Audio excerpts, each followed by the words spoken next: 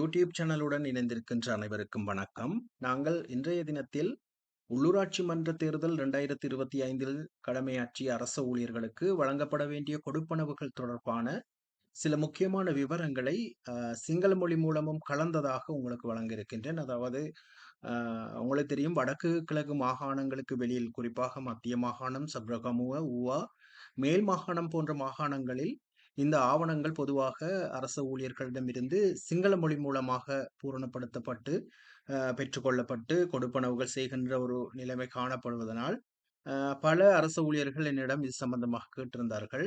அவர்களுக்கு பயன் தரக்கூடியதாக இந்த வீடியோ அமைந்திருக்கும் என்று நினைக்கின்றேன். அத்தோடு முன்னதாக இது சம்பந்தமாக நான் பதிவிட்ட வீடியோ பதிவில் உங்களுக்கு ஏற்பட்ட சந்தேகங்களை இந்த வீடியோவில் உங்களுக்கு கிளியர் செய்து கொள்ளக்கூடியதாக இருக்கும். நான் ஏற்கனவே பதிவிட்ட அந்த வீடியோவினுடைய லிங்க்னை நான் டிஸ்கிரிப்ஷன் பாக்ஸில் அதனுடைய லிங்கை பதிவிடுகின்றேன். நீங்கள் அதனையும் பார்க்கக்கூடியதாக இருக்கும். இந்த வீடியோ தகவல்கள் உங்களுக்கு பிடித்திருந்தால் இதனை லைக் செய்து உங்கள் நண்பர்களுடன் ஷேர் செய்து கொள்வதோடு எங்களுடைய சேனலை சப்ஸ்கிரைப் செய்து கொள்ளுங்கள். நாங்கள் அப்போ முதலாக பார்த்தோம் என்று சொன்னால், இந்த சுற்றறிக்கையானது இணையதளம், அதாவது www.election.gov.lk என்ற தேர்தல் திணைக்களத்தினுடைய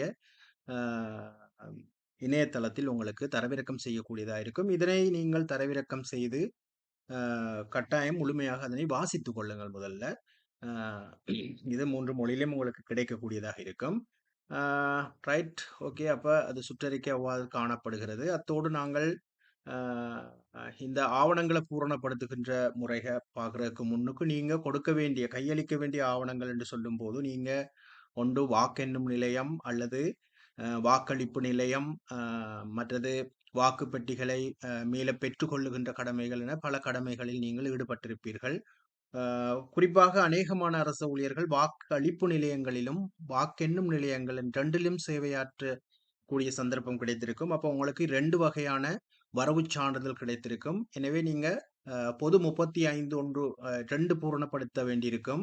அதாவது 2 வரவு சான்றிதழ் இருக்குது. அதே நேரம் நீங்க பொது 177 பூரணப்படுத்தணும். பொது 177, அதாவது போக்குவரத்து மற்றும் இணைந்த படிகளை பெற்றுக்கொள்வதற்கு இந்த பொது 177 நீங்க பூரணப்படுத்த வேண்டியிருக்கும்.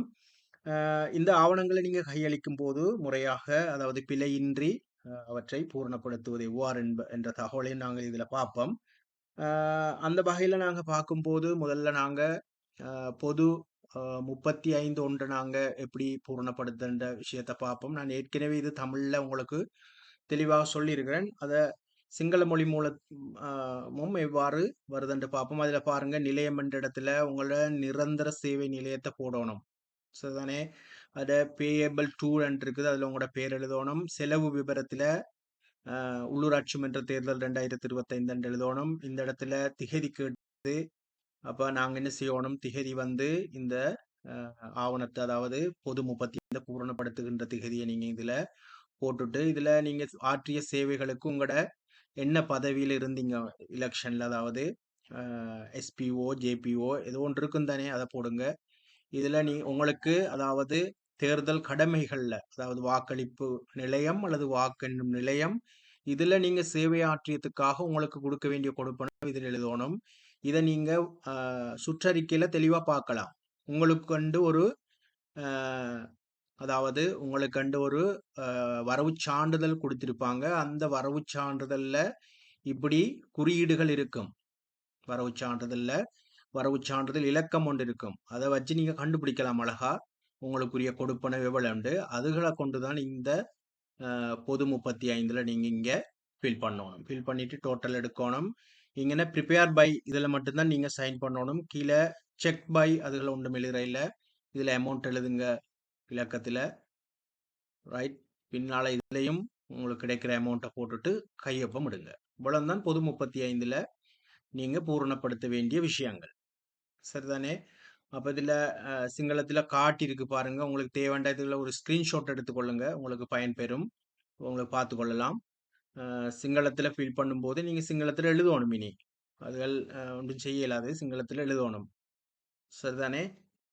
தமிழ்ல உங்களுக்கு விளக்கம் பெற்றுட்டீங்கன்னா அதை நீங்க சிங்களத்துல அழகா எழுதி உங்களுக்கு சமர்ப்பிக்கக்கூடியதாக இருக்கும். சரிதானே? அது பொது 35. உங்களுக்கு எம்டி பொது 35 தேவைன்னு சொன்னா நீங்க கமெண்ட் செக்ஷன்ல பதிவு பண்ணிடுங்க. நான் அதுகள்ட பிடிஎஃப் உங்களுக்கு தரலாம். பிறகு உங்களுக்கு அதை டவுன்லோட் செய்து பிரிண்ட் அவுட் எடுத்து ஃபில் பண்ணக்கூடியதாக இருக்கும். அத்தோடு நாங்கள் பொது 177 ஒன்றை பார்ப்போம். இதுலேயும் அந்த மாதிரி தான் நீங்கள் ஃபில் பண்ணுகிற போது இதில் நிலதாரியாகிய நம என்று இருக்கு சிங்களத்தால். அப்போ அதில் உங்களோட பேர் எழுதுங்க.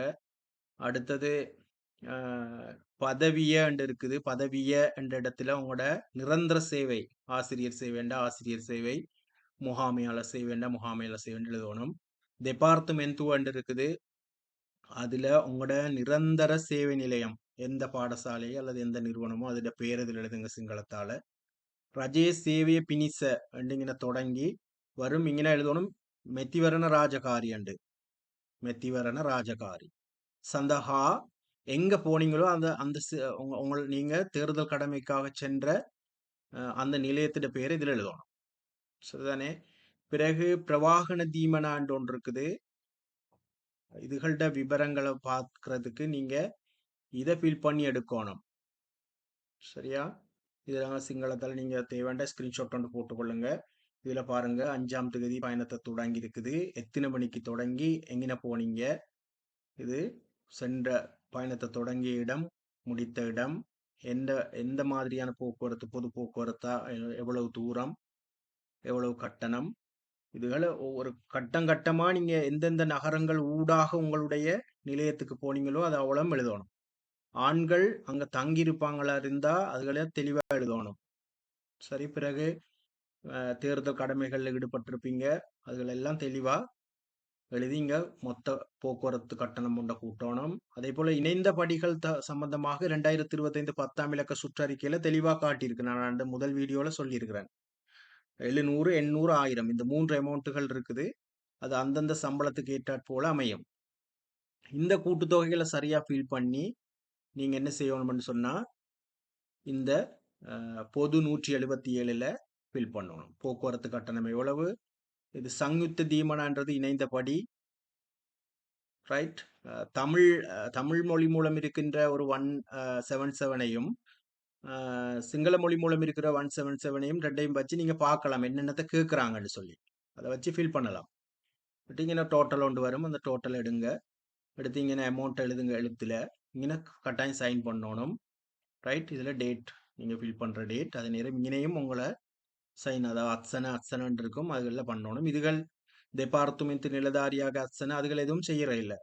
செய்யாமல் அவங்கள கொடுத்துட்டீங்கன்னா சரி. இப்படித்தான் நீங்கள் கொடுக்கணும். அதே நேரம் இந்த இணைந்த படிகளை பொறுத்தவரையில் சில நிபந்தனைகள் இருக்குது. இரவு தங்கி இருந்தால், இரவு நீங்க வாக்களிப்பு நிலையத்தில் தங்கி இருந்தால் அது எவ்வளவு காலம் நீங்க தங்கி இருந்தீங்கன்னு இல்லை, ஃபுல் அமௌண்ட் உங்களுக்கு கிடைக்கும். இணைந்தபடி 1000 1000 உங்களோட பேசிக்கு 1000 ஒதுக்கப்பட்டிருந்தா உங்களுக்கு 1000 ரூபாய் கிடைக்கும். அதே நேரம் வாக்கெண்டும் நிலையத்திலும் அப்படித்தான். நீங்க இரவு தங்கியிருந்தா ஃபுல் இணைந்தபடி கிடைக்கும். சரி, அதே நேரம் வாக்களிப்பு நிலையத்தில அல்லது வாக்குப்பட்டிகளை சேகரிக்கிற நிலையத்துல சேவையாற்றி இருக்கிறவர்கள் 11.2 கிலோமீட்டர் உங்களோட தங்குமிடத்திலிருந்து 11.2 கிலோமீட்டருக்கு உட்பட்டிருந்தா உங்களுக்கு அரைவாசி கிடைக்கும் இணைந்தபடி. அதை விட அதிகமா இருக்கும்போது உங்களுக்கு ஃபுல் அமௌண்ட் எடுக்கக்கூடியதாக இருக்கும். சரிதானே? அதுகளையும் சரியா பார்த்துக்கொள்ளுங்க. அதே நேரம் உங்களோட பயணம் ஸ்டார்ட், உங்களோட கடமைகளுக்கு செல்லுகின்ற அந்த அட்ரஸ் வந்து பொதுவாக சொல்லப்பட்டிருக்கு சர்க்குலர்ல. உங்களோட நிரந்தர சேவை நிலையத்தில் இருந்து நீங்கள் தேர்தல் கடமைக்கு செல்லுகின்ற அந்த நிலைய வரைக்கும் அப்படித்தான் எழுதணும். ஆனா உங்களோட வீட்டில இருந்து உங்களோட நிரந்தர சேவை நிலையத்துக்கு இருக்க தூரம் வந்து 24 கிலோமீட்டருக்கு உட்பட்டு இருந்தா நீங்க வீட்டிலிருந்து போற மாதிரி எழுதலாம். அப்படி சொல்லியிருக்கு. ஓகே. எனவே அதுகளையும் சரியாக பார்த்து நீங்க முறையாக அதுகளை பூரணப்படுத்துங்க. பூரணப்படுத்தி கொடுக்கும்போது உங்களுக்கு விரைவாக அவற்றை பெற்றுக்கொள்ளலாம். அதே நேரம் இந்த 3 வீல்கள்ல போறது, பிரைவேட் வாகனங்களை நாங்கள் ஏர் பண்ணி போறது, அதுகளுக்கு கட்டணங்கள் எடுக்க முடியாதுன்னு சொல்லி இதுல சொல்லப்பட்டிருக்குது. ஆனால் முறையான ஆவணங்கள் இல்லாட்டி உங்களுக்கு அதுகளுக்கு பேமெண்ட் எடுத்துக்கொள்வது சிரமமானதாக இருக்கும். ஓகே, இது சம்பந்தமா உங்களுக்கு ஏதாவது டவுட்ஸ்கள் இருந்தால் நீங்க கட்டாயமாக கமெண்ட் செக்ஷன்ல போடுங்க. நான் அந்த டவுட்டுகளை கிளியர் பண்றேன். மேலும் ஒரு பயனுள்ள வீடியோவில் உங்களை சந்திக்கும் வரை நன்றி, வணக்கம்.